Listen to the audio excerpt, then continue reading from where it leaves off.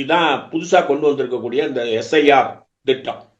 இந்த திட்டம் முழுமையா பொருந்தாத பகுதி பார்த்தீங்கன்னா ஒரு 9 மாவட்டங்கள், பெரிய மாவட்டங்கள், கல்கத்தாவில் வங்காளதேசத்தினுடைய பார்டர்ல இருந்து அல்லது இஸ்லாமியர்கள் என்கின்ற அந்த டீம்.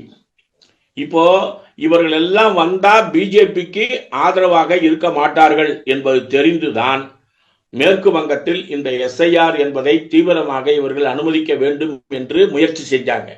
அந்த நேரத்தில் தான் வெள்ளம் வந்தது. அந்த வெள்ளத்தை பார்வையிடுவதற்கு குறிப்பிட்ட நேரத்தில் வராதனால பிஜேபி MP தாக்கப்பட்டார். பிஜேபி MP கூட வந்த ஆட்களுடைய வாகனங்கள் நொறுக்கப்பட்டன. இதெல்லாம் பார்த்தீங்கன்னா பிஜேபி மேல மேற்கு வங்கத்தில் ஏற்பட்டிருக்கக்கூடிய வெறுப்பு.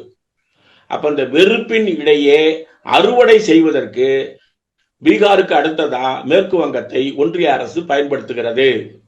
இதை அனுமதிக்க மாட்டேன் என்று மேற்கு வங்கத்தினுடைய முதலமைச்சர் தமிழகத்தின் முதலமைச்சரை போலவே அறிவித்தாரு. கேரளாவில் நாங்கள் இதை அனுமதிக்க மாட்டோம் என்று சட்டமன்றத்திலேயே தீர்மானம் நிறைவேற்றப்பட்டுள்ளது. அநேகமாக வரக்கூடிய காலகட்டத்தில் தமிழகத்திலையும் அதற்கான முயற்சி மேற்கொள்ளப்படும், மேற்கு வங்கத்திலும் அந்த முயற்சி மேற்கொள்ளப்படும்.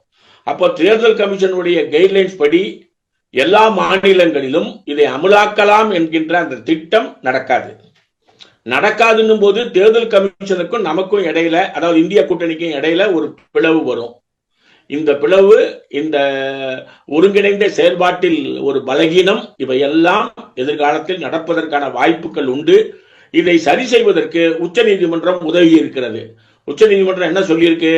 பீகார்ல நீங்க ஏற்பட்டிருக்கக்கூடிய அந்த முன்னேற்ற தடை 65 லட்சம் பேருக்கான அந்த நீக்கத்திற்கான சரியான காரணங்கள் என்பது சரி செய்யப்பட வேண்டும்.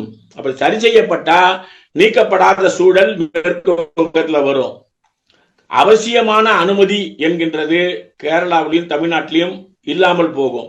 ஸோ அந்த திசைவழியில் தான் 2026 தேர்தல் இருக்கும் என்று நாம நம்புறோம். ஆனால் தேர்தல் கமிஷனை கையில வச்சுக்கிட்டு ஒன்றிய அரசு அடாவடித்தனமாக அந்த அனுமதியை முயற்சி செய்தால் அதை தடுப்பதற்கான ஏற்பாடு சட்ட ரீதியாகவும் போராட்டங்கள் வாயிலாகவும் நாம் எதிர்கொள்ள வேண்டிய தேவை என்பது ஏற்படும். கருத்துக்களை பகிர்ந்து கொண்டதற்கு நன்றி சார். கருத்துக்களை கேட்டமைக்கு நன்றி. வணக்கம்.